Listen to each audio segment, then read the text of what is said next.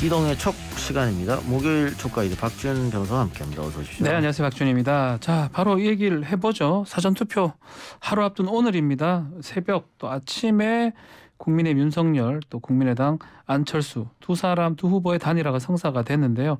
이 작가도 단일화는 이번에 좀 어려울 것이다라고 예상을 했던 걸로 알고 있는데 어떤 생각이 들었습니까? 이 소식 듣고. 정치라는 게 어느 정도 예측 가능성이 있어야 하는 건데 그렇죠. 예측이 전혀 불가하는 그런 경우네요.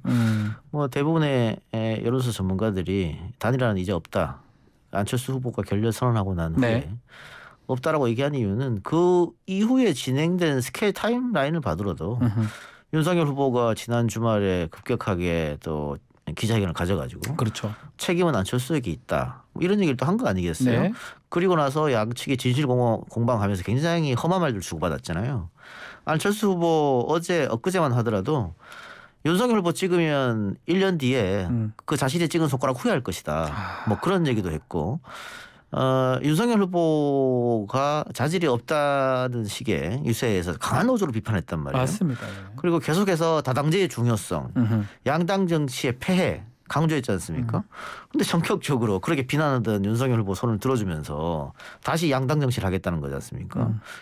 이게 과연 이해가 가느냐. 그래서 대다수의 전문가들이 이번엔 단일화가 없다고 예측하고 또 하나 전략적으로 봤을 때 어제가 마지막 TV 토론이었고요. 맞습니다. 이제 내일부터 사전 투표가 시작되잖아요. 네. 그리고 이미 투표용지에 이름이 새겨져 있고 이 상황에서 단일화를 이야기했을 때 단일화가 됐다고 얘기했을 때 과연 전략적으로 플러스 알파가 되느냐 1 플러스 1이 2가 되느냐 오늘 관련한 여론조사가 많이 나왔습니다만 물론 단일화 성사되기 전에 가상해서 윤석열로 단일화 됐을 걸 가상해서 여론조사를 했잖아요. 그렇죠.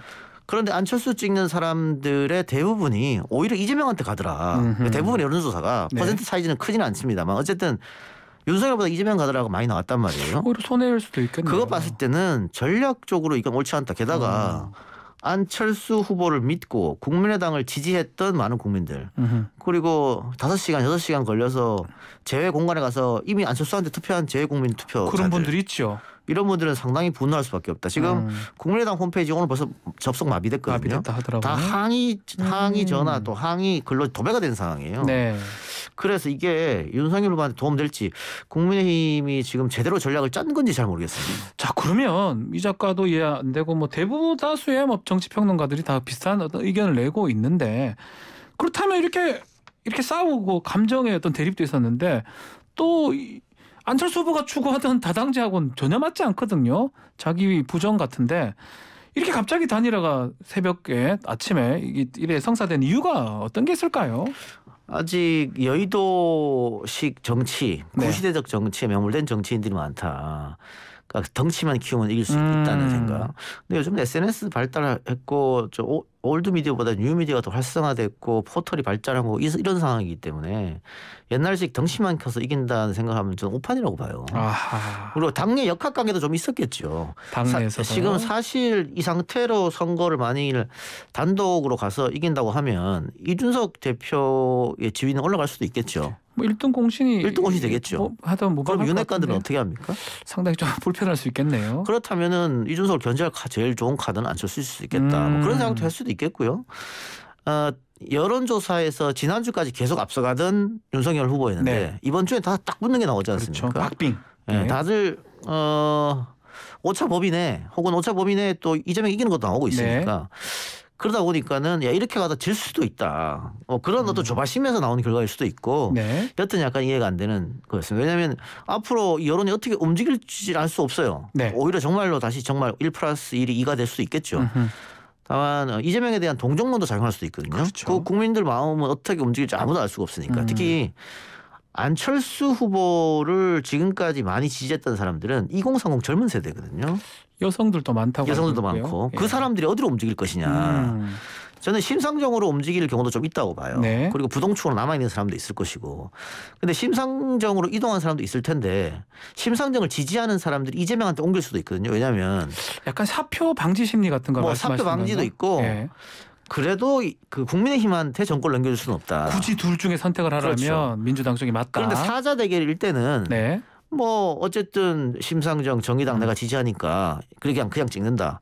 그런데 안철수 후보가 빠져버리면 위기의식을 느끼잖아요. 아하. 그러면은 이재명 쪽으로 쏠릴 수도 있겠다. 그 점에 있어서는 안철수 표가 심상정에 가든 심상정 표가 이재명한테 오든 이재명은 손해볼 거 없거든요. 어쨌든 플러스죠. 플러스가 되겠네요. 뭐 그런 걸 봤을 때는 저는 약간 갸우뚱한 어느 선택이었다. 그러니까 하려면은 네. 지난주에 했었어야죠. 기회가 몇 번 있었잖아요. 지난주에 했으면 시너지 효과를 누릴 수 있었어요. 그렇죠. 그러니까 1 플러스 1이 2가 안 되더라도 네. 1.5, 1.8은 될 수 있었습니다. 그런데 이게 이미 인쇄가 다 들어갔고 양측이 치열하게 감정 싸움을 하고 난 뒤에 네. 그것도 사전선거 하루 전에 아하. 이런 양측의 선택을 했다 약간 이해가 안 되는 거예요. 자, 그렇다면 안철수 후보 아마 지지자들도 그렇고요. 완주하겠다라고 어제까지 목소리를 높였습니다. 그렇죠.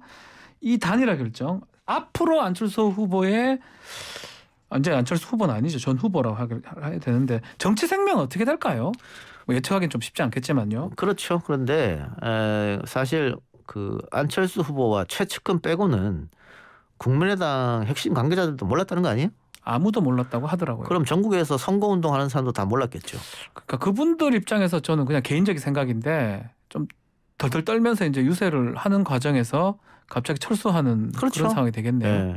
그러면은 화가 날 수밖에 없는 건데 선거 끝나고 합당을 하겠다. 뭐 선거 결과에 어떻게 될지 알 수 없습니다만 윤석열 후보의 승리로 끝난다면 안철수 후보가 지분을 챙길 수 있겠죠. 네. 뭐 어쨌든 두 사람이 만나서 어떤 얘기를 나눴을 거니까 그 자세한 내용은 오늘 저희가 알 수가 없습니다만. 근데 만일 패배하면 윤석열 후보가 패배하면 어떻게 되느냐. 그 지금까지 대통령 선거를 쭉 보면 2등한 후보, 그것도 아깝게 진 2등한 후보는 네. 재수나 삼수를 통해서 다시 한번 도전을 합니다. 예컨대 문재인 후보가 그렇게 됐죠, 대통령이. 문재인, 김영삼, 김대중, 그렇죠. 박근혜 다 그랬지 않습니까? 한 번씩 떨어지고. 네. 그렇죠. 이회창 네. 마찬가지입니다. 네. 아깝게 떨어진 사람들은 다 재수나 삼수를 통해서 홍준표 의원도 마찬가지죠. 다 이렇게 했어요. 네. 했는데 이번 선거는 윤석열 후보든 이재명 후보든 떨어지면 재수 없다. 복귀가 불가능한 재수가 어려울 거다. 왜냐하면 당내의 기반이 전혀 없기 때문에. 둘 다 정치적 기반이 없으니까. 그렇죠. 그래서 재수는 없다. 그렇다면 만일 윤석열 후보가 패퇴했을 경우에는 안철수 후보가 합당한다 했잖아요. 예. 그렇다면 국민의힘의 차기가 잘 보이지 않으니까 아하. 본인이 차차기를 생각할 수도 있겠죠. 안철수 후보가 국민의힘을 이제 한다. 그렇죠. 그러니까 세석 정당 가지고 백석 정당을 합치는 거니까 뭐 그런 생각도 아마 머릿속에 있지 않았을까. 그러니까 실리적인 부분도 그렇죠. 있었던 거네요. 안철수 후보가 지금까지 끊임없이 제3지대 1, 2정당 안 된다. 뭐 다당제로 가자라고 했습니다만 안철수 후보가 10년 전에 정치권에 데뷔하면서부터 꿈은 오로지 대통령 그 자리밖에 없었어요. 네. 그런데 3당을 통해서는 절대로 대통령에서 선출이 안 되거든요. 네. 그 지금쯤은 10년쯤 했으니까 깨달았지 않았을까. 그렇다고 하면 제1정당이나 2정당이 들어가야 되는데 그런 선택을 이번에 했다. 자, 이 선거 후에 하여튼 합당을 추진하겠다, 인수위도 같이 하겠다, 뭐 이런 뭐 구상도 얘기를 한 것 같은데 이 질문을 드리지 않을 수 없습니다. 이준석 대표하고 두 사람 그림은 좀 그려지지가 않아요. 어떻게 될까요? 선거에서 패배한다면은 이준석 대표는 아마 설 자리가 없어질 겁니다. 그러니까 대한민국 선거판이 올라와 나신 게임이기 그렇죠. 때문에 만일 지게 되면 누구 한 명을 희생양을 삼습니다. 책임지는 사람을 만들 당신 것이다. 때문에 졌다. 아하. 그래서 모든 책임을 그 사람한테 덮어 씌웁니다. 늘 그래왔거든요. 이번에 국민의힘이 패한다면 그럼 이준석이 희생양이 될 수밖에 없어요. 그러니까 이 대표의 어떤 활약으로 뭐 떨어졌던 지지율이 회복되고 그리고 앞서 나가고 그런 거 다 필요 없습니다. 지면 당신 탓이야. 분명히 이럴 겁니다. 그렇죠. 그렇게 됐을 때는 뭐 이 대표 자리는 좀 위태로울 수밖에 없다. 그리고 이겼을 경우에는 이겼다고 가정하면요. 그러면 지방선거 공천권을 다툴 수 있죠 또. 안철수. 그러면 그러니까 후보랑. 안철수 후보 입장에서는 이대로 가서 3등으로 끝이 난다. 그러면 다음 지방선거 때 다시 한번 본인의 주머니에서 돈을 꺼내야 될 상황이 올 거예요. 네. 그럴 바에는 합당하는 게 낫겠다. 근데 합당하면은 결국은 이제 지분 싸움을 해야 되잖아요. 그렇죠. 그러면은 국민의당에서도 지방선거 준비하는 사람도 있고 지금 국민의힘에서도 지방선거 준비하는 사람이 있는데 선거 승리하게 되면 누구를 공천을 주느냐 이걸로 엄청 더 다툼이 심해질 수밖에 없겠죠. 네. 자, 뭐 여러 가지 얘기가 나오고 있는데 민주당에서는 뭐 야합 아니냐 나눠 먹기다라고 하고 일단 민주당 입장에서는 이 단일화 상당히 뭐 어쩌면 최고의 변수 막판에 최고의 변수 위협적이라고 느낄 것 같아요.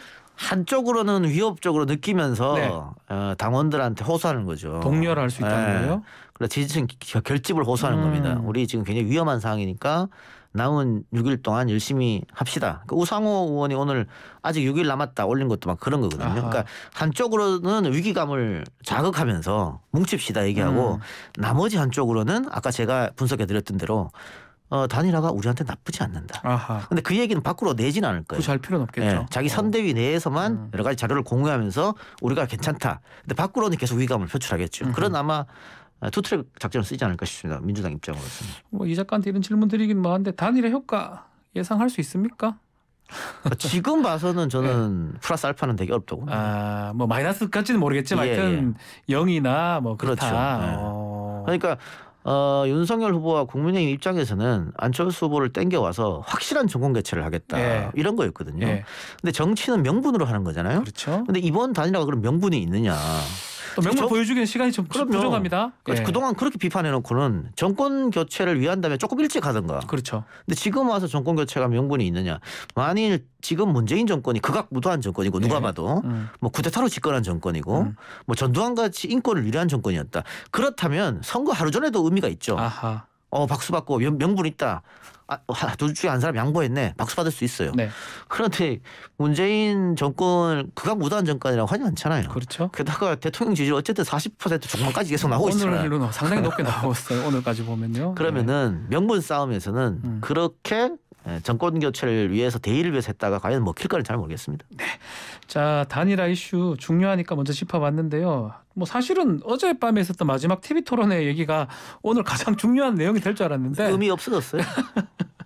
뭐 그래도 뭐 특검 얘기를 마지막에 했어요. 대장동 계속 얘기를 하니까 윤석열 후보가 이재명 후보가 특검 제안을 했는데 이 장면 기억나실 것 같아요. 어떻게 보셨습니까? 제가 어제 이 시간에 이야기하기를 마지막 TV 토론에서는 네거티브를 하지 않을 것이라고 했습니다. 네거티브 하는 사람이 손해예요. 그런데 윤석열 후보가 자신 주도권 토론에서 네거티브를 꺼냈습니다. 대장동 얘기를 또 깜짝 했습니다. 놀랐거든요. 또 했습니다. 본인한테 도움이 안 될 텐데 왜 네거티브를 꺼냈을까? 그러다 보니까 아마 이재명 후보 쪽도 네거티브를 또 할까라는 생각 못했을 거예요. 그러다 보니까는 뭐 준비 안 된 채로 공격을 했는지 모르겠어요. 쌍방이 준비 안 됐을 것이다 이 말씀이시죠? 그래서 이재명 후보가 그런 대장동 질문을 받고 그러면 특검하자. 5번 정도 반복했습니다. 5번 얘기했잖아요. 그런데 윤석열 후보가 거기서 이재명 후보의 재반론, 재공격을 침묵시키게 하려면 이거 보세요라기보다도 합시다. 왜 그렇게 안 했을까요? 저는 그냥 합시다 하면 이재명 후보가 할 말이 없어요. 더 이상 말을 못하죠. 그러면 오히려 윤석열 후보가 상당히 점수를 많이 땄을 겁니다. 그런데 대답을 못했단 말이에요. 왜 그렇죠? 그래 그거는 공격을 하는데 저렇게 역공이 들어올 줄 아마 상상을 못했을 것 같아요. 그런 점이 없지 않아 있습니다. 어쨌든 이슈 어제 3차 토론이 끝나고 사실 오늘 내일 다 3차 토론으로 이슈가 진행돼야 되는데 특검 얘기할 것 같았는데 사실 단일화 때문에 지금 단일화 때문에 그 이슈가 다 뭉쳤습니다. 다 묻혔습니다. 다 묻혔으니까 TV 토론은 별 의미가 없다. 게다가 지금 선거 일주일 앞두고 TV 토론은 이미 그 TV 토론을 지켜보는 분들은 이미 후보를 정해놓고 봅니다. 마음을 정해놓고 보는 거니까. 그럼요. 그러니까 이재명을 지지하는 사람들은 당연히 이재명이 압도했다. 그래서 TV 토론 끝나고 나서 이재명 지지율 올 것이다. 이렇게 착각하고 윤석열 후보 지지하는 사람들은 와 윤석열 역시 잘한다. 이재명 마이너스 까먹었네. 그렇게 5번 똑같은 질문하는 게 말이 돼?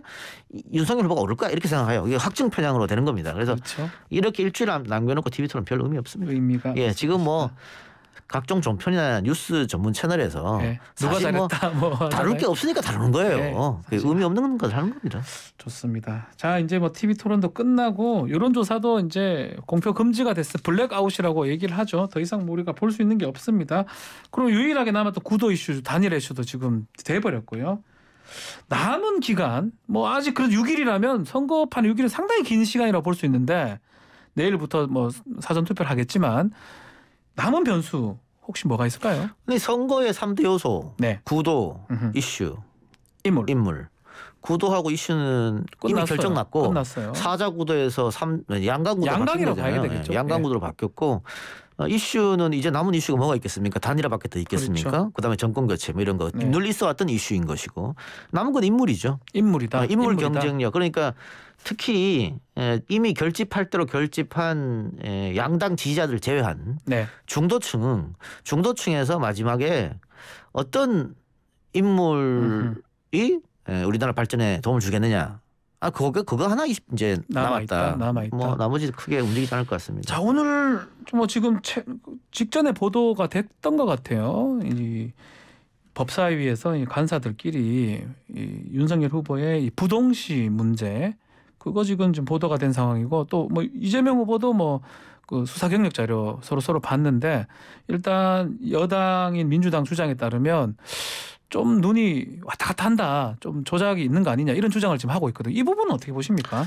그러니까 좌우 시력이 군대에 갈 때 이제 신체 검사할 때 많이 차이 났다는 갈 거잖아요. 때는 0.7 이상이 차이 났었는데 중간에 또 0.2나 0.3으로 복귀됐다가 또 다시 임용될 때 중앙지검장 등등 할 때 그때는 또 다시 또 조금 벌어졌습니다. 그러니까는 0.7 이상 차이가 나서 부동시로 면제 판정을 받았는데 그 이후에 공무원 임용 때는 0.2 차로 줄어들었고 네. 재임용할 때는 0.3이었다는 거잖아요. 네. 그러니까 시력이 나빠질 가능성은 있다. 성인이 돼서. 근데 좋아질 가능성이 있느냐. 저는 그런 거 들어본 적이 없습니다. 격차가 벌어졌던 부동시가 좁혀질 수 있느냐. 제가 부동시거든요. 저도 부동시예요. 예. 저는 부동시인데 모르고 군대를 10년 다녀왔습니다. 저는 차이가 너무 심해서 시작이 1.2, 0.2였거든요. 그러니까 거의 1 차이가 났었어요. 예. 그래서 저는 어릴 때부터 안경을 썼었는데 예. 지금도 큰 차이는 안 나요. 지금도 한쪽은 거의 그대로 예. 지금도 부동시가 유지가 되는데 저희 뭐 군대 가는 입장에서 봤을 때는 저 장교 생활을 했기 때문에 저는 사실 이게 면제 사연인지 잘 몰랐었어요. 예. 예. 아니 다 저도 했어요, 저는 군대 생활. 0.6 차이였는데 지금은 1.0 차이거든요. 그렇죠. 더 차이가 나게 더 된다니까. 벌어졌죠. 나이가 벌어지게 먹으면서. 되죠, 통상은. 그렇게 됐는데 제가 지금 이 말씀을 왜 드리냐면 민주당은 앞으로 남은 6일 동안 이걸 공격할 것이다. 공격할 것이다. 그러니까 선거 막판에 네거티브는 통하지 않는다. 그런데 왜 민주당이 이걸 공격할 거냐면 윤석열 후보가 검찰총장 재직하고 사표 쓰고 와서 정치권 뛰어들었잖아요. 네, 맞습니다. 이건 누가 봐도 옳지 않은 거예요. 그러니까 이 문제 가지고 국민의힘에서도 잘했다고 한 사람은 없어요. 네. 문제는 있지만 그만큼 이 정권이 문제가 있어서 정권 교체하기 위해서 어쩔 수 없이 국민이 불러내서 나왔다. 이런 명분을 내세웠지 않습니까? 그렇죠. 그러면서 항상 강조했던 게 공정이었습니다. 윤석열은 공정의 아이콘이다. 그러니까 내로남불 정권을 공정의 아이콘인 윤석열이 바꾸겠다. 네. 이거였지 않습니까? 네. 그런데 이 부동시 문제는 공정하고는 안 맞는 거잖아요. 정반대라고 봐야 되겠죠. 그러니까 이 자료가 사실이고 민주당 주장이 사실이라면 맞다면. 그렇기 때문에 그렇다 그러면 출마 명분 자체를 훼손할 수 있다. 그러니까 네거티브가 일반적으로 이 시스템에 먹히지 안 않지만 먹힙니다. 예. 이 공정이라는 캐치프레이즈를 갖고 왔기 때문에 윤석열 후보한테 약간 먹힐 수 있다 이 말씀이네요. 그래서 아마 민주당은 이걸로 활용할 텐데 선거라고 하는 것은 뭐 좌우가 있고 뭐 플러스 마이너스가 있고 작용 반작용이 있잖아요. 네. 그래서 민주당이 이걸 가지고 공격을 세게 하면 우리한테 이득 될 것이다. 이렇게 판단하고 공격할 텐데 역풍 불지 또 아무도 모릅니다. 결집이라는 거죠. 그럼요. 상대판 선거 결집. 6일 앞두고 이거 민주당이 자당 출신의 법무부 장관을 활용해갖고 네. 이래 정치 공작하는 거 아니냐. 그 얘기를 할 뭐 수 국민의힘은 있겠다. 또 그렇게 반응할 수 있겠죠. 그러면 또 역풍이 불 수도 있어요. 제가 아까 말씀드렸지 않습니까? 국민들이 어떻게 움직일지는 아무도 알 모른다고. 수가 예. 없을 것이다. 이게 뭐 어떻게 될지 또 봐야 될 것 같고 예. 또 문제는 내일 또 모레 사전 투표가 있습니다. 이 질문 항상 드리는 질문이에요. 투표율 예상 좀 해주십시오. 뭐 투표율을 예상하기는 쉽지 않은데 네. 이번이 사실은 언론에서 계속 역대급 비호감 대선이라고 했지 않습니까? 네. 그리고 언론에서 계속 뭐 막말, 뭐 네거티브 공방, 정책은 사라져 이런 기사를 타이틀을 올려서 정치 불신, 정치 혐오가 좀 세졌다. 그렇다 그러면 국민들이 투표장에 안 나올 것이다. 게다가 이제 코로나 또 사태도 지금 있고 하니까 지난 대선이나 지지난 대선보다는 투표율이 떨어지지 않겠느냐. 네. 뭐 이게 대체적인 분석이었지 않습니까? 그런데 모르겠습니다. 오늘 윤석열 후보와 안철수 후보의 단일화가 오히려 호남 민심 또 민주당 쪽 민심을 자극해서 투표율이 예전과 비슷할 정도로 나올지도 모르겠다. 예. 그리고 흔히 사전 투표율이 높으면 민주당이 유리하다라고 네. 하는데 이번에 국민의힘에서 거의 처음입니다. 처음으로 사전 투표 독려 운동을 하고 있거든요. 다 하고 있습니다. 그러면 아마 역대급 사전 투표 투표율이 나올 거예요. 뭐 지금까지 제일 높았던 건 26%인데 30% 넘을 30% 훌쩍 넘을 겁니다. 넘겠죠? 그러면 네. 그 30% 넘었다고 해서 민주당이 유리하다고 할 수 있겠느냐? 좋아할 필요도 없다는 거죠. 그럴 수 없는 거죠. 왜냐하면 아까 말씀드렸죠. 국민의힘에서 이렇게 사전 투표 독려를 한 적이 없었는데 처음으로 독려했기 때문에 당연히 올라간다. 게다가 사전 투표 제도의 특이성 때문에 사전 투표는 그러니까 지난 총선, 지난 대선, 지난 지방선거보다도 앞으로 있을 선거에 당연히 올라갈 수밖에 없습니다. 그렇죠. 이게 정착이 되는 단계잖아요, 아직. 그래서 무조건 지난 대선이나 총선보다는 사전 투표는 올라간다. 그렇다고 해서 민주당이 유리하다? 그렇게 말할 수는 없다. 네. 예, 결국은 본투표까지 지켜봐야 되지 않느냐 그런 생각이 듭니다. 네. 근데 전체적으로 뭐 투표율이 높으면 진보층에 유리하다는 것은 2012년 대선 때 빼고는 다 들어맞았던 공식이었기 박근혜 때문에 대통령 당선될 제외하고는 때. 그래서 예. 이번에도 아마 투표율이 높다면은 이재명 후보 유리하고 투표율이 조금 떨어진다면 윤석열 후보에게 유리하는 그런 공식은 작용할 것이라고 봅니다. 자, 오늘 이동의 축은 여기서 마무리하죠. 지금까지 박지윤 변호사와 함께했습니다. 수고하셨습니다. 감사합니다.